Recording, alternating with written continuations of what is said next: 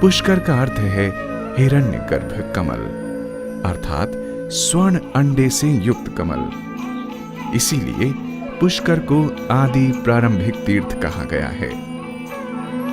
संपूर्ण जगत में ब्रह्मा जी का केवल ये एकमात्र मंदिर है।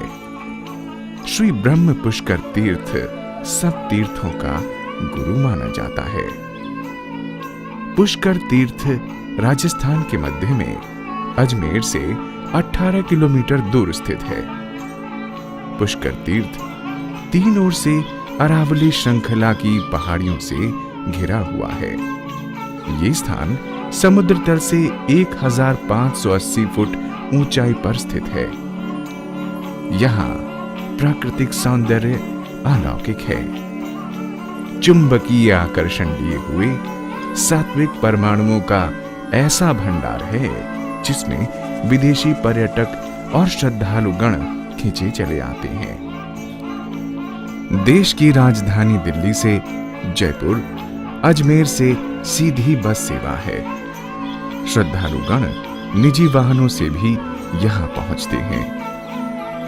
ब्रह्मा जी के मंदिर के दर्शनों की अभिलाषा मनमोहन मुस्कान बिखेरती हुई श्रद्धालु भक्तजनों को आकर्षित करती रहती है। ऊंटों को राजस्थान का जहाज कहा जाता है। श्रद्धालुगण ऊंटों से, ऊंट बोगी से भी यहां पर आते हैं, जो राजस्थान की परंपरागत शैली का प्रतीक है।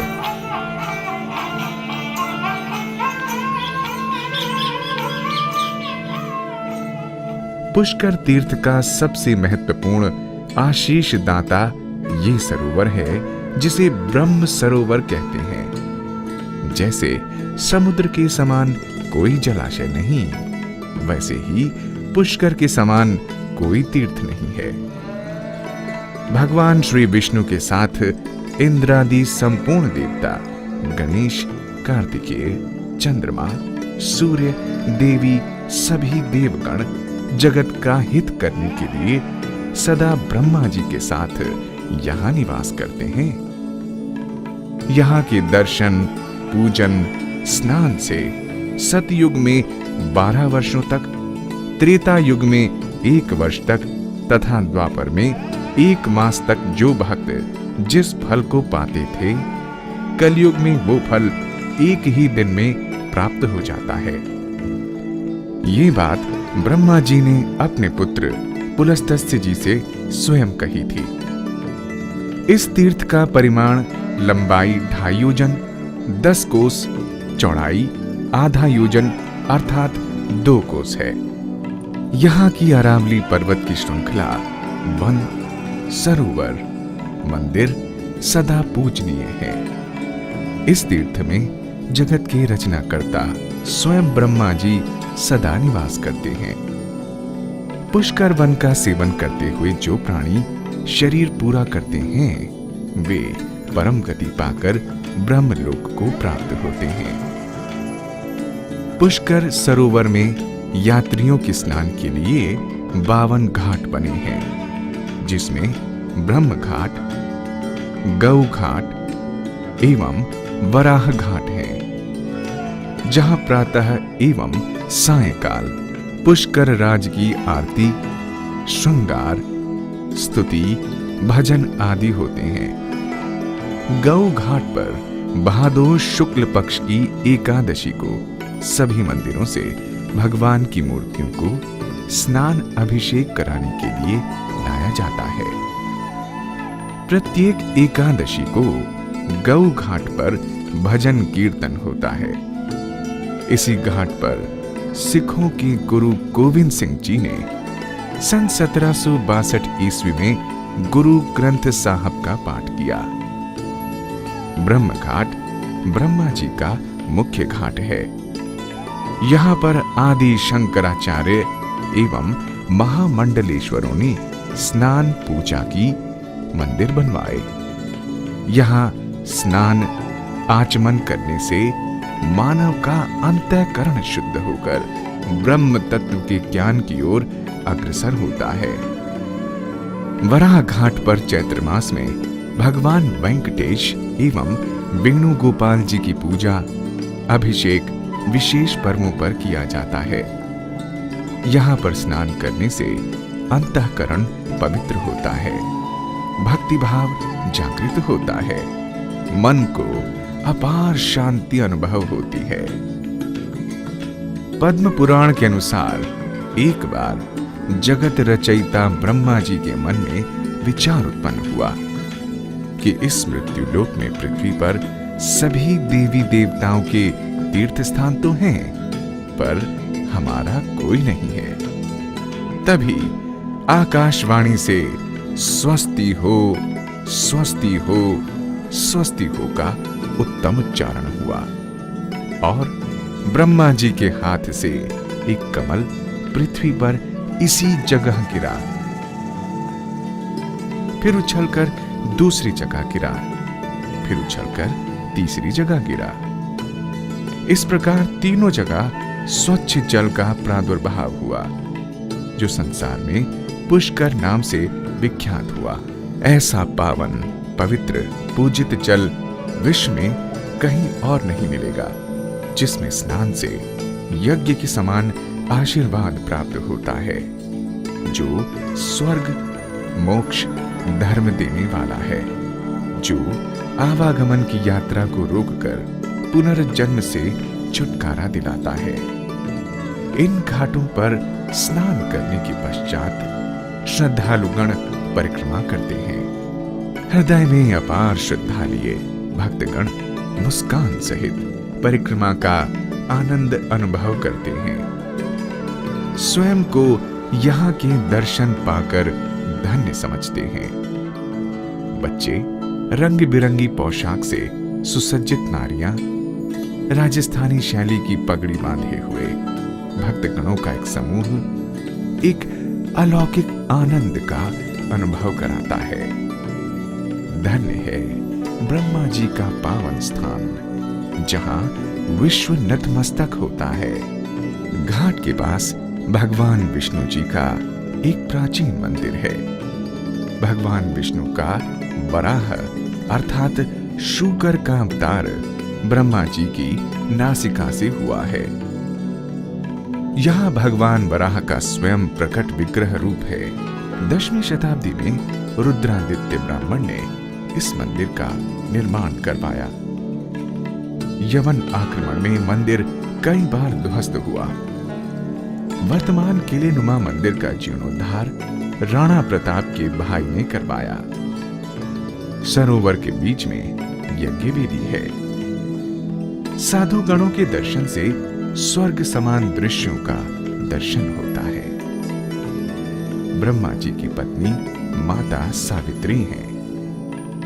आदि समय में ब्रह्मा जी ने यहाँ पर एक यज्ञ का अनुष्ठान किया। उनके साथ लोकपालक भगवान विष्णु जी भी बैठे हुए थे।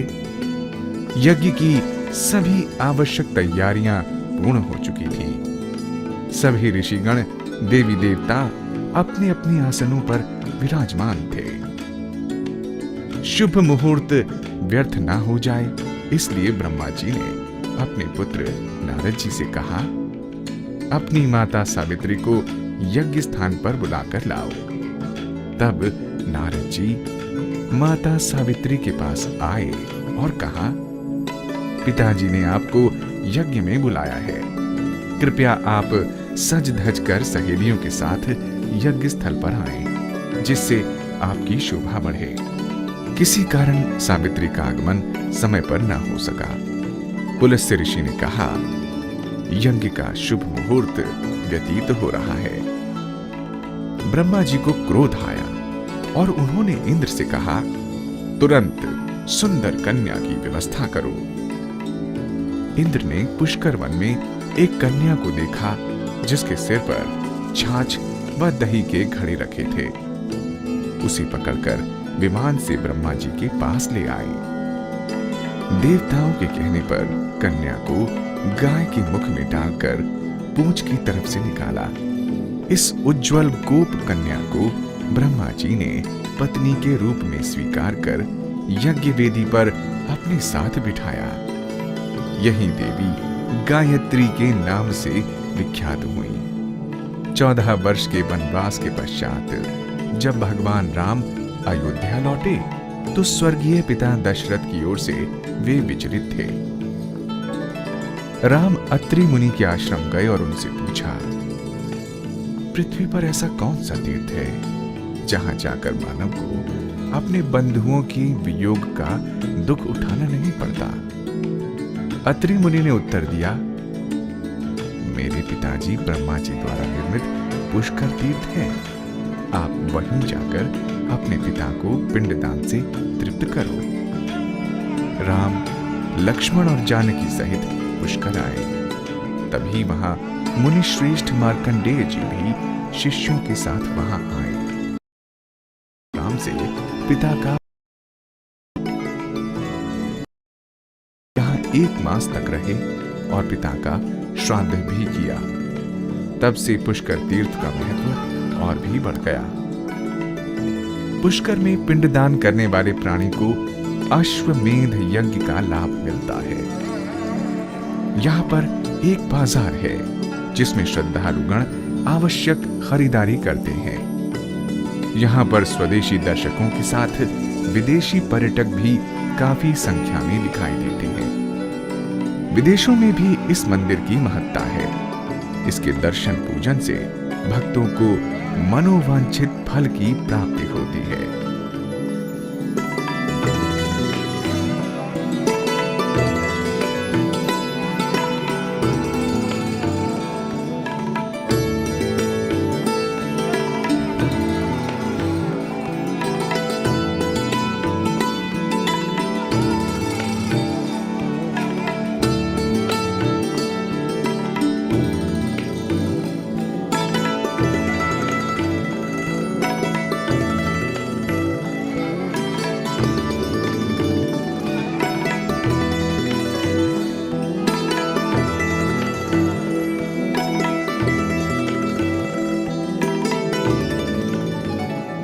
ये ब्रह्मा जी का प्रसिद्ध मंदिर है। निज मंडप में चांदी के सिक्के चढ़े हुए हैं। यहाँ पद्मासन में विराजमान ब्रह्मा जी की चतुर्मुखी प्रतिमा है जो उनकी चारों मुद्राएं दर्शाती है। पास में वेद माता गायत्री विराजमान है। ब्रह्मा जी का वाहन राजहंस है।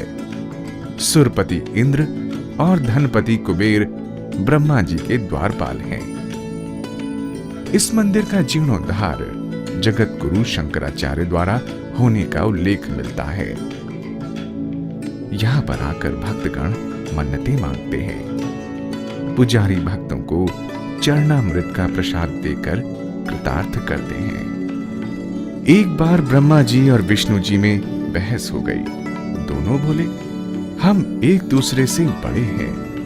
तब भगवान शिव ने एक प्रकाश पुंज शिवलिंग की स्थापना की। जाओ, दोनों इसके मूल का पता लगाओ। विष्णु जी अनुमान लगाने में असफल रहे। ब्रह्मा जी ने विचार किया कि यदि मैं कुछ साक्षियों को लेकर शिव के पास जाऊं तो निश्चय ही जीत हमारी होगी। ऐसा होने पर शिव ने कहा, ब्रह्मा जी, तुमने असत्य का सहारा लिया है, इसलिए पुष्कर के अतिरिक्त आपकी कहीं और पूजा नहीं होगी। तभी तो इस तीर्थ स्थल पर भक्तगणों का सदा तांता लगा रहता है। परिक्रमा करते करते मन पावन और अति प्रसन्न होता है। मन में भक्ति भाव जागृत होकर भगवान ब्रह्मा जी के प्रति अपार श्रद्धा का प्रादुर्भाव होता है। मानव मुक्ति पथ की यात्रा पर चल निकलता है।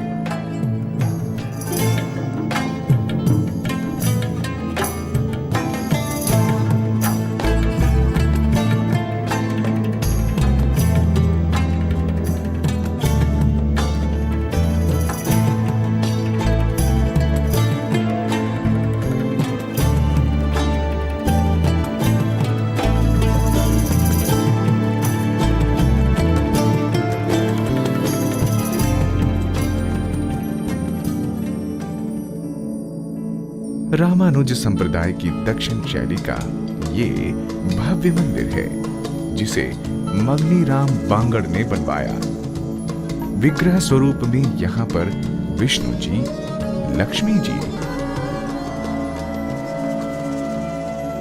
ये महाकाली का मंदिर है।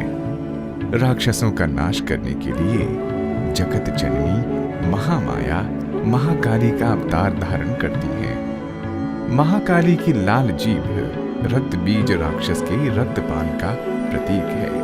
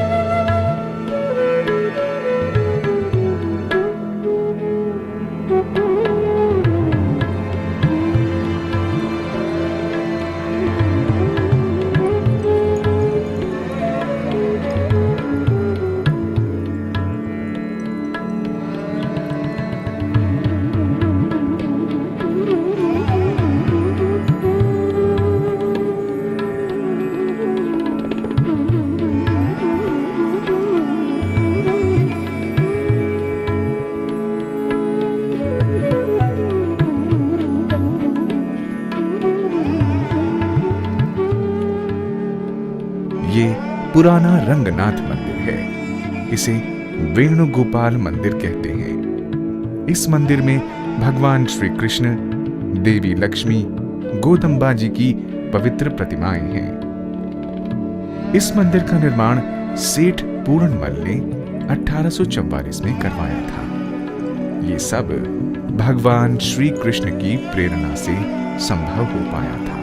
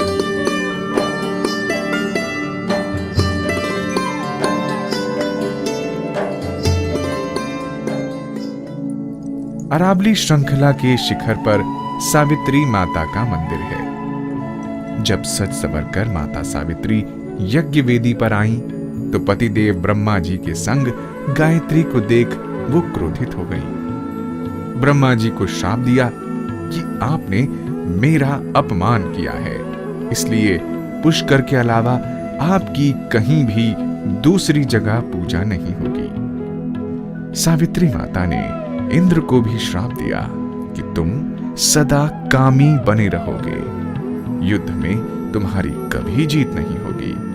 सदा डर कर रहोगे। भगवान विष्णु को भी श्राप दिया, आप भी नर तन धारण करोगे और आपकी पत्नी का रावण हरण करेगा। भगवान शिव को भी श्राप दिया, आप सदा मृतक भस्म रमाओगे, भूत प्रेत सदा आपके साथ रहेंगे। ब्राह्मणों को भी श्राप दिया, तुम सदा भिक्षा मांगकर ही जीवन यापन करोगे। गाय को भी श्राप दिया, तुमने गायत्री को मुख से पवित्र किया, इसलिए तुम्हारा मुख सदा अपवित्र रहेगा। पवन को भी श्राप दिया, तुमने सबको आमंत्रित किया, इसलिए तुमसे भी दुर्गंध आएगी। ऐसा श्राप देकर वो पर्वत के ऊंचे शिखर पर जा बैठी। ब्रह्मा जी ने विनती की, आपको क्रोध शोभा नहीं देता, गायत्री सदा आपकी दासी रहेगी। श्राप की मुक्ति के लिए गायत्री माता ने कहा, ब्राह्मणों, हमारी पूजा और गायत्री मंत्र से तुम्हें सदा यश और लक्ष्मी की प्राप्ति होगी। भगवान विष्णु से कहा, आप त्रेता युग में राक्षस रावण का वध कर जब सीता जी को लाओगे, तब आपको श्राप से मुक्ति मिल जाएगी। भगवान शिव से कहा, आपके लिंग पर भस्म चढ़ेगी और सब आपकी पूजा करेंगे। इंद्र से कहा, जब कोई आपका राज छीन लेगा तो भगवान शिव और भगवान विष्णु सदा आपकी सहायता करेंगे। गाय से कहा, तुम्हारा मूत्र और गोबर भी लाभकारी होंगे, तुम सदा पूजनीय रहोगी। ब्रह्मा जी से कहा, जो पुष्कर तीर्थ में स्नान करके आपके दर्शन करेगा, उसे चारों धामों की यात्रा से भी बड़ा फल प्राप्त होगा। इसके पश्चात यज्ञ संपन्न हुआ।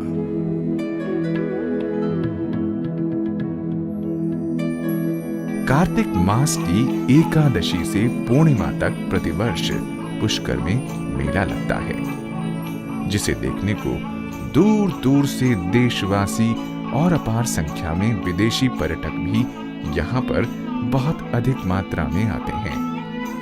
गायत्री माता और जगत पिता ब्रह्मा जी का यज्ञ इन्हीं तिथियों में पूरा हुआ था।